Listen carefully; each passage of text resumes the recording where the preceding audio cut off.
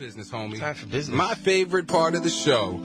And my reason is so quiet, just waiting so patiently. It's time to open up, man. Time to open up. Singer, songwriter, pianist Amanda Rogers. Welcome to Live from the Box. Hi, thank you for having me. Oh, man, you are welcome. Thank you for joining us on this snowy Wednesday all the way out here in East Syracuse, New York. Hey, Slim, before we get into our questions, though. Yes, sir. Yes, sir. Can you turn down the bump music just a little bit? Yeah, dude, I had that on like blast, like it was a song, man. I was enjoying it, like, oh, man, that song sounds familiar. Oh, that's our bump music. We listen to it every week. So you're joining us tonight. We have Amanda Rogers in the big chair, upstate New York native. Yeah. Right? With 9 albums in tow, including her latest 2014 double album release, Wild.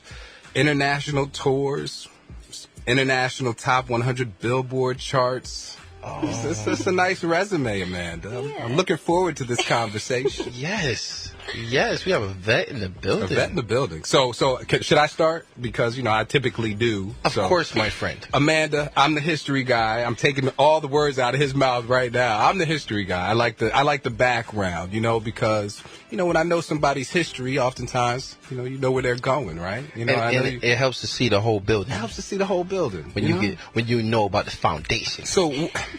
Yes, Lord. You're originally from Syracuse, New York. So tell me this: what got you started in music, right? And then maybe why'd you leave and what brought you back? Well, I started playing piano when I was 6 years old, so I was pretty young. I had a neighbor friend who took piano lessons, and she showed me stuff, and it was meant to be. I just loved it from that point on. Started writing when I was about 15 or so in high school, and... Now, were you writing songs, or was this like your diary? No, I was writing songs. Wow. I wrote poetry pretty young, too, but started writing songs when I was 15 and started playing shows, and I had like a weekly gig at like an inn or something. I was paid like minimum wage to play on a Sunday, every Sunday. That's cool. Wait, so you were under 18? Yes, I was. Cool. Don't even think I had to get my work. That's what I asked. Right? Did you have your working papers? No doubt. The little blue paper that you had to get at 16 or 14. Yeah, I actually stubbornly quit the job when I found out the Saturday guy made $75, and I was making like 15 or something. I was like, I'm just as good. Yeah. But I want to race. Awesome, right? But I'm here too. That's awesome. I thought it was age discrimination. Yeah. I was 15. But that's that competitive nature coming through. Mm-hmm. Look. But yeah, integrity. I got accepted to Berkeley in Boston, and they didn't have enough student housing at the time, and I spent a whole summer trying to figure out where I'm going to live. I'm going to have a full-time job and go to school full-time, and I kind of weighed things out, and I thought, I think I'm going to go on tour and see how that feels. So my parents were like, if this doesn't work out, you got to go back to school. So I had some cool things happen, some cool opportunities come up, and I kept going on the road. I just kept going further away from home until I was, flying south to meet up with bands I was opening for and flying out west. How was that? How was that decision? Just like, you know what? Because this is 18, 19 years old. Like, you know what? I'm just going to go for it. Like, I'm just putting 2 feet in the water and see if I can swim. Like, how was that, like, that decision? I at the time, I didn't have any worries of the future or anything. I was just in the moment. I mean, I wish I could be more like that now. It's as I've gotten older, it's harder to be as present as that. But it was a good time. I learned so much from everything was a teacher to me. So it was every experience, every person I met, every show. It was something I learned from. Now, Slim, it's early in the show, but I want to bring up some industry insights because I want to know, how are you booking shows at 18 years old? Like, did you have a booking agent? Well, back then there wasn't social media. You had to get on the horn. You had to call people, and I would hear from a band that would say, there's a kid that's promoting shows in this town. I think I have his contact. Let me find that and give that to you. And I was cold calling strangers that I heard booked random shows. I started playing punk shows and hardcore shows, and so there were little pockets around the country for that scene. and that worked for me. So have you been to Austin yet? Yeah.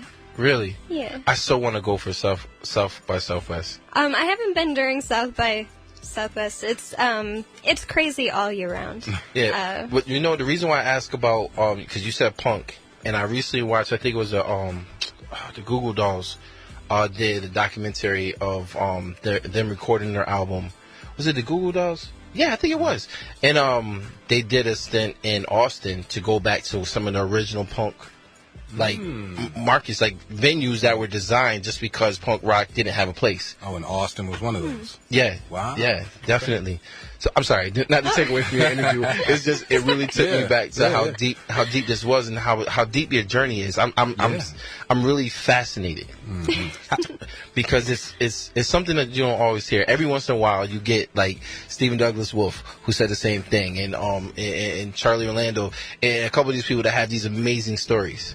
So to have your story, I just want to ask a whole bunch of questions, but I think Slim got something on his mind. I'm sorry. Okay. How'd you make the shift, right, from punk to? I mean, is your musical language? Would you consider your musical language the same now, or? Yeah, I didn't even sound punk then. It's just that's the scene that I happened to fit in. I mean, I think the classical roots kind of tied into like metal and hardcore, and I was the girl on piano at these shows, so when I would show up and I'd drag my piano out, it was always the same. Like all these kids that were all revved up, ready to like mosh and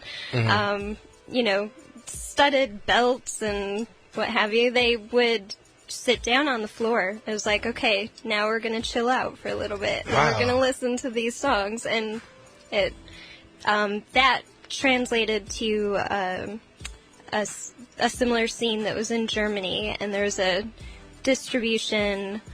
music distributor there called Green Hell, and they picked up a song from one of my earlier records, and so before I even toured there, I already had some kind of following, so it was very bizarre. Wow. My first tour there where I was paying my dues, I ended up towards the end of the tour was headlining the tour I was opening for, and so that was kind of mind-blowing. And that's like why don't you just headline this for us, would you please? When am I going on? No, sit down, you relax. But it's almost the end of the show. Oh no, I'm sorry, we forgot to tell you, you're now the headliner. No problem though, just get ready, we know you can do it. That's dope. So listen, we'd like to break up your interview here, and we're gonna have to break up your interview because we might have to bring you back because your story was fantastic. But we're gonna go into your song. Okay. So take this time to introduce "Walking" for us. All right. This song, it's a traveling song, kind of. I mean, nice. You really always just end up finding more of yourself and how you're connected to the rest of the world. So, I say dragging my harrow, which unless you're a farmer, you might not know what a harrow is. But it's a farming implement that you drag behind you to get the clumps out before you can plant the seeds. And I'm walking in circles, so. Like that. I like that. There's a meaning behind the song. Samantha Rogers right here with Walking. I'm going to sit on the floor and listen to it. If it's live in the box, you can entertain it.